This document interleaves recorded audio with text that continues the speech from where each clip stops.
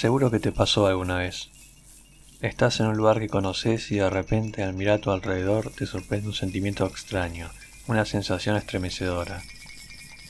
Puede ser al mirar una habitación aledaña, una esquina o un pasillo, un patio en el que supo haber gente hasta hace algún tiempo, y que ahora están vacíos.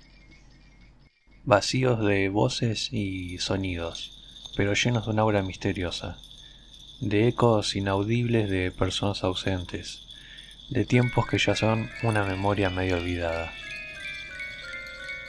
No es miedo exactamente, tampoco es algo acogedor, es distinto, es extraño.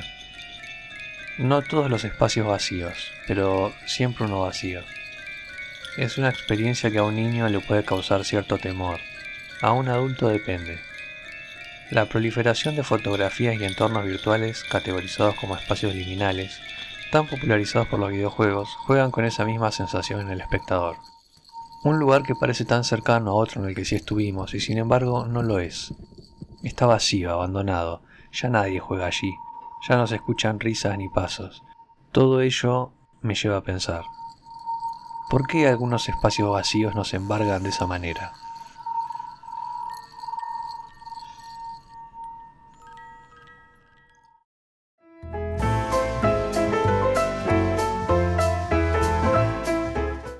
¿Acaso una cafetería es la misma al mediodía repleta de bullicio, de música y de gente que, digamos, a las 3 de la mañana, vacía, oscura y con nada más que el ruido que produce el motor de la nevera?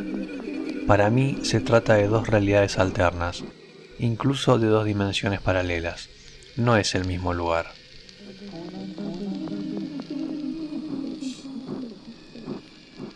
Cualquiera que me conozca sabe que no puedo vivir sin mi botella de agua al lado. Necesito tenerla cerca todo el tiempo, y cuando la olvido, la situación no me hace nada de gracia. Un día, mientras me retiraba del trabajo al atardecer, me di cuenta que le había olvidado mi escritorio. En nuestra sección somos los últimos en abandonar el edificio y por lo general somos los encargados de cerrarlo. Volví sobre mis pasos, volví a entrar, busqué la llave y entré en nuestro sector nuevamente. Por alguna razón no me sentía cómodo volviendo a un lugar en el que ya no debía estar. Pero eso no era todo. La sensación opresiva se hizo más aguda en cuanto tanteé la botella en la oscuridad, solo interrumpida por las luces titilantes de algunas pantallas. Era un silencio al que no estaba invitado. Sí, era aún mi lugar de trabajo, pero ¿lo era en ese momento? La sensación de familiaridad define nuestra relación con las personas, pero también con el entorno. Un ambiente conocido, en el que creamos memorias significativas o recurrentes, nos resulta mucho más ameno, nos permite bajar la guardia y movernos a gusto, mientras que un lugar nuevo, inexplorado, nos devuelve a los miedos más instintivos del hombre primitivo. Lo que descubrí aquel día es que la familiaridad no es algo inmutable, depende del contexto, de factores justamente ambientales. La presencia de personas afines, de luces encendidas o de sonidos conocidos, determina finalmente la percepción de nuestro alrededor. Cuando las reglas cambian y los factores se alteran, la situación es diferente. Ya no estás tan seguro. La familiaridad vuelve su carga contra el observador, y el espacio no solo se presenta distinto, sino que contraría nuestros registros mentales y emocionales. La realidad cae en una categoría que se ha convenido en llamar valle inquietante o uncanny valley. Esta hipótesis, la del valle inquietante, propuesta por el experto en robótica Masahiro Mori, plantea que cuanto más se asemeje una réplica antropomórfica a un ser humano, más va a ser el nivel de inquietud e incomodidad que éste va a sentir frente a esa réplica, sea este un androide o un robot.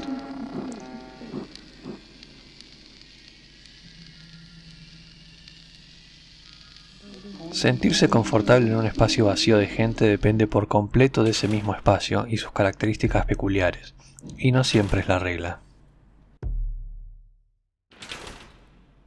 Por ejemplo, una habitación que lleva algún tiempo deshabitada también puede generar inquietud, especialmente si nos es familiar. Cuando era pequeño y visitaba a mi abuela, solía quedarme viendo la televisión por horas. En diagonal desde mi posición siempre quedaba a la vista un dormitorio que desde que mis tíos se habían ido de la casa había quedado intacto. La cantidad de pesadillas que tuve con esa visión particular es innumerable. Para colmo, de la pared colgaba el cuadro de un joven campesino que me miraba fijo, y de alguna manera lo hacía desde donde estaba, mientras yo me perdía en la pantalla. Era demasiado para un niño imaginativo. Sentía el temor de que algo allí se moviera estando yo distraído, de escuchar un sonido que no debía escuchar, de quedarme solo con aquel espacio que sentía que me observaba fijo desde su silencio. Era una sensación muy parecida a la que busca recrear la película independiente Skinamarink. En esta película, dos niños se encuentran atrapados en la casa familiar, ahora cambiante, oscura y hostil, lo que como espectadores atestiguamos en un estilo que recuerda la estética de las pesadillas infantiles. El silencio no siempre es amigable. La mayor parte de las veces es un signo de preocupación, como cuando en un ecosistema aparece un depredador y todo se vuelve silencio. El ruido constante nos tranquiliza porque encontramos patrones. El silencio, por otro lado, es indescifrable, es lo potencialmente desconocido.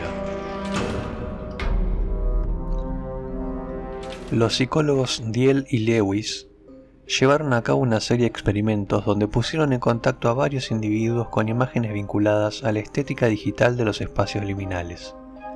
Para Diel y Lewis, este valle inquietante no solo apela a las réplicas antropomórficas, sino también a las construcciones arquitectónicas y representaciones de espacios desterritorializados, no lugares y ausentes de su componente gregario. A partir de la experimentación, pudieron dar cuenta de lo que mencionaba Fisher al momento de analizar los conceptos de lo raro y lo espeluznante. Las personas suelen asociar lugares antropológicos con la presencia de individuos humanos, por lo que su ausencia genera inquietud. De igual forma, si un espacio lleva de por sí una construcción arquitectónica normal, se manifiesta una sensación de rareza, ya que lo raro surge al momento de la aparición de un algo que no pertenece o no debe estar allí.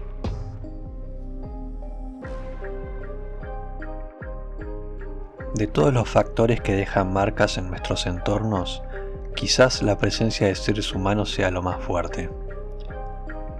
Un lugar normalmente transitado o en el que hemos creado recuerdos memorables tiene su propia impronta en nuestra psiquis, pero no todos los espacios vacíos son siempre amenazantes.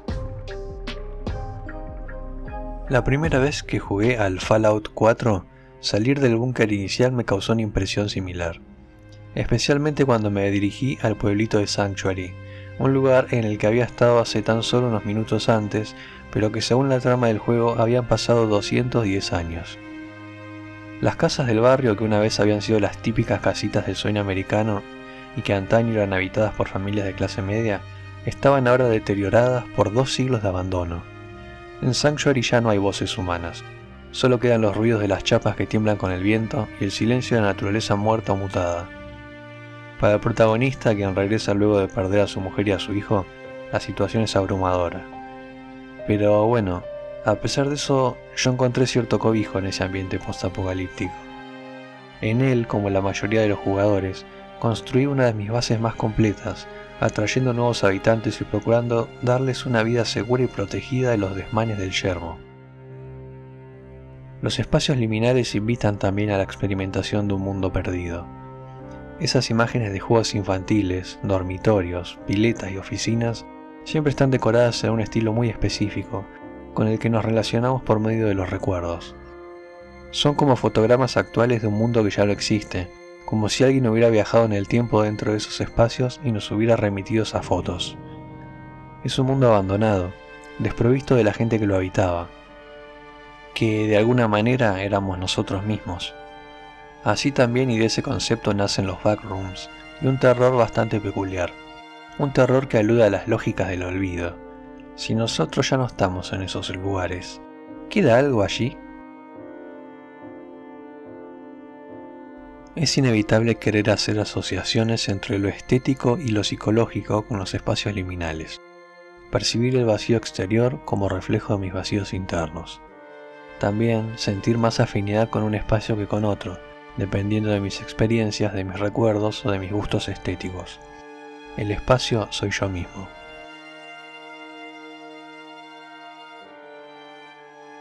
Siempre habrá alguna explicación para entender por qué un lugar queda vacío.